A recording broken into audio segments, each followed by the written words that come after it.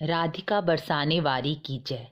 गीता पाठ अध्याय 1 अर्जुन विषाद योग।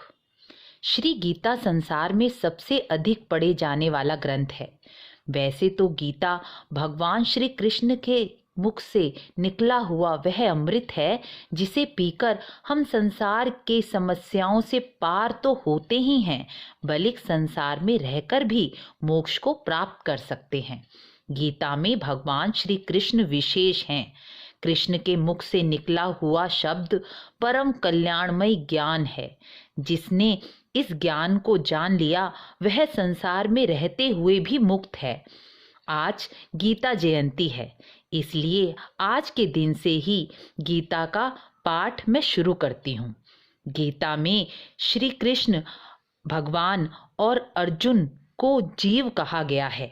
हमें ऐसा मानना चाहिए कि जब मनुष्य 5 प्रकार के विकारों से घिर जाता है और उससे निकलने में खुद को असमर्थ पाता है, तो उसे भगवान के पास जाकर ही अपने संशय व समाधान करने चाहिए। यदि जीव अपनी समस्या संसार के पास लेकर जाएगा तो वह सुलझेगी या नहीं, इसमें संदेह है। लेकिन जब जीव अपनी सारी समस्या ईश्वर के पास ले जाता है तो वह अवश्य ही सुलझ जाती है।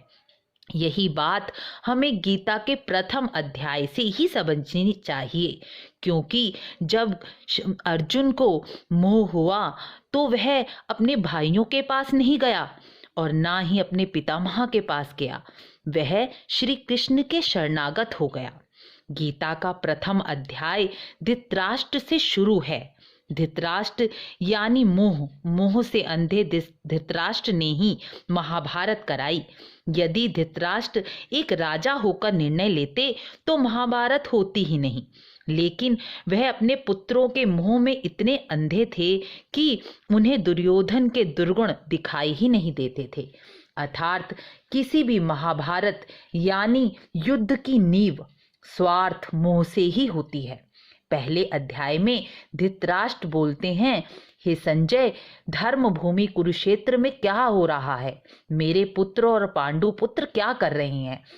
इस पर संजय बोले, दुर्योधन पांडव की व्यूह रचना वाली सेना को देखकर द्रोणाचार्य के पास जाकर बोले, हे आचार्य, पांडवों की सेना को तो देखिए, जिसमें भीम, अर्जुन, सात्विक, विराट, महारथी द्रुपद, धृष्टकेतु, चेकितान, केशीराज, पुरुजित, कुंती भोज, मनुष्यों में श्रेष्ठ शैव्य, युधामन्यु, बलवान, उत्तमोजा, अभिमन्यु, द्रौपदी के 5 पुत्र सभी महारथी हैं। हे ब्राह्मण, अब आज हमारे पक्ष के प्रधान महारथियों को भी देखिए।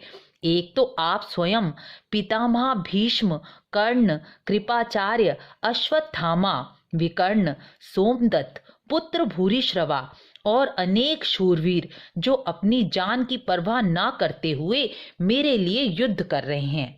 भीष्म पितामह के द्वारा रक्षित हमारी सेना अजय है और भीम के द्वारा रक्षित इन लोगों की सेना जीतने में कितनी सुगम और सरल है। दुर्योधन का इस प्रकार कहना इस बात को दर्शाता है कि जो मनुष्य अहंकार से भरा हो उसे विकट समस्या भी दिखाई नहीं देती। वह अपने घमंड में इतना अंधा होता है कि उसे जान ही नहीं पड़ता कि वह यह जानना नहीं चाहता कि सामने कौन है। जब हम अपनी समस्या को भली प्रकार जानेंगे नहीं तो उससे निकलेंगे कैसे? दुर्योधन भीष्म पितामह के बल पर युद्ध जीतने की इच्छा रखता है, स्वयं के बल पर नहीं। इसलिए वह सब मोर्चों पर और महारथियों को सब ओर से भीष्म पितामह की रक्षा करने का आदेश देता है।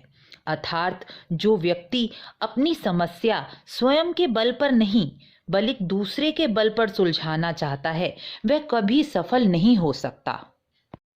इस प्रकार दुर्योधन के वचनों को सुनकर भीष्म पितामह ने दुर्योधन के हृदय में उत्साह भरने के लिए शंख बजाया।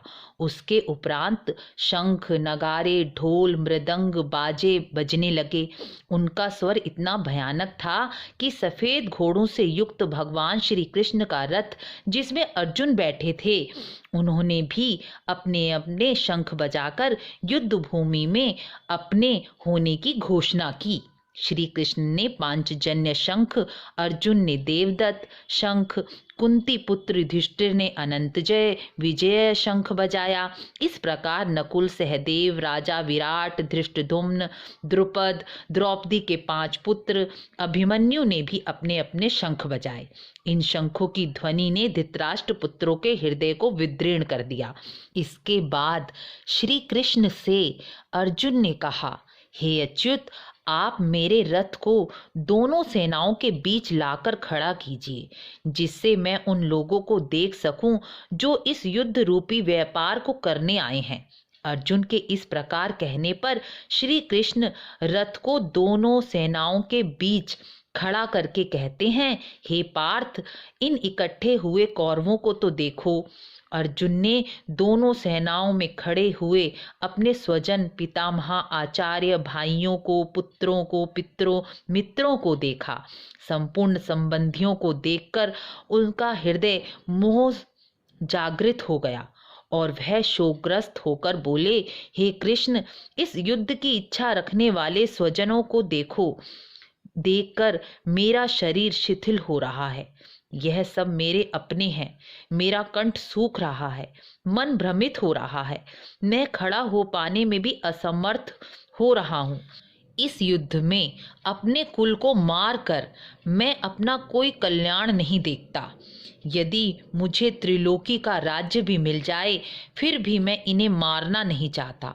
फिर पृथ्वी के लिए तो कहना ही क्या, धृतराष्ट्र पुत्रों को मारकर मुझे कोई प्रसन्नता प्राप्त नहीं होगी। इन दुष्टों को मार कर तो हमें पाप ही लगेगा। इसलिए हे माधव, मैं धृतराष्ट्र के पुत्रों को मारने के योग्य नहीं हूँ, क्योंकि अपने कुटुंब को मारकर हम कैसे सुखी हो सकते हैं। यद्यपि लोभ के कारण ये पथ भ्रष्ट हो चुके हैं, ये लोग कुल के नाश के दोष को नहीं देख रहे। लेकिन हे जनार्दन, हमें तो धर्म नष्ट हो जाने के दोष पर विचार करना ही चाहिए। यदि पूरे कुल का नाश हो जाएगा तो सनातन कुल धर्म नष्ट हो जाएगा। धर्म के नष्ट हो जाने से पाप बढ़ेगा और पाप बढ़ने से कुल की स्त्रियां दूषित हो जाएंगी। स्त्री पर रक्त शुद्धि और संस्कारों को सिखाने का दायित्व होता है। स्त्री के दूषित होने पर वर्ण संकर उत्पन्न होता है और वर्ण संकर कुल को नरक में ले जाता है। वर्ण संकर कारक दोषों से कुल घातियों के सनातन कुल धर्म, जाति धर्म नष्ट हो जाते हैं और नष्ट हुए कुल धर्म वाले लोग अनंत काल तक नरक में पड़े रहते हैं। ऐसा मैंने सुना है। मुझे शोक हो रहा है कि हम इतने बुद्धिमान होकर भी महान पाप करने को तैयार हुए हैं। यदि मुझ शस्त्र रहित ना सामना करने वाले को शस्त्रधारी धृतराष्ट्र के पुत्र मार भी दें तो वह मारना भी मेरे लिए कल्याणकारी ही होगा। संजय बोले, रणभूमि में शोक ग्रसित मन वाले अर्जुन इस प्रकार धनुष त्याग कर रथ के पिछले भाग में बैठ गए।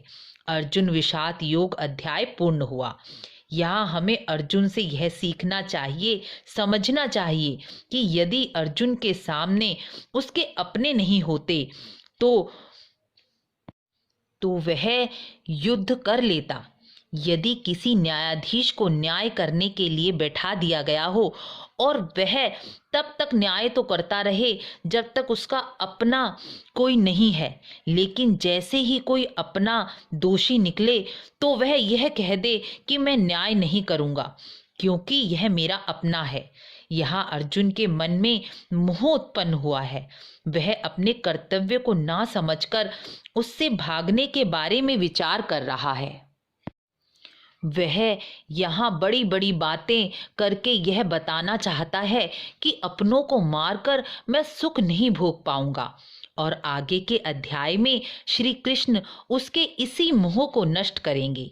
यदि आपको गीता के प्रथम अध्याय को सुनेंगे तो इसका महात्म्य भी अवश्य सुने, जिसे मैंने आपको यह सुनाने से पहले, यदि आप गीता का प्रथम अध्याय सुन रहे हैं तो इसका महात्म्य भी अवश्य सुने, जिससे आपको इसे सुनने का पूरा फल प्राप्त हो सके। गीता के पहले अध्याय का महात्म्य की वीडियो मैं डाल चुकी हूँ।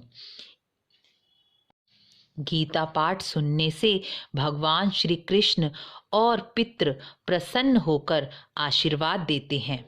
वीडियो को लाइक, शेयर, सब्सक्राइब अवश्य करें। राधे राधे।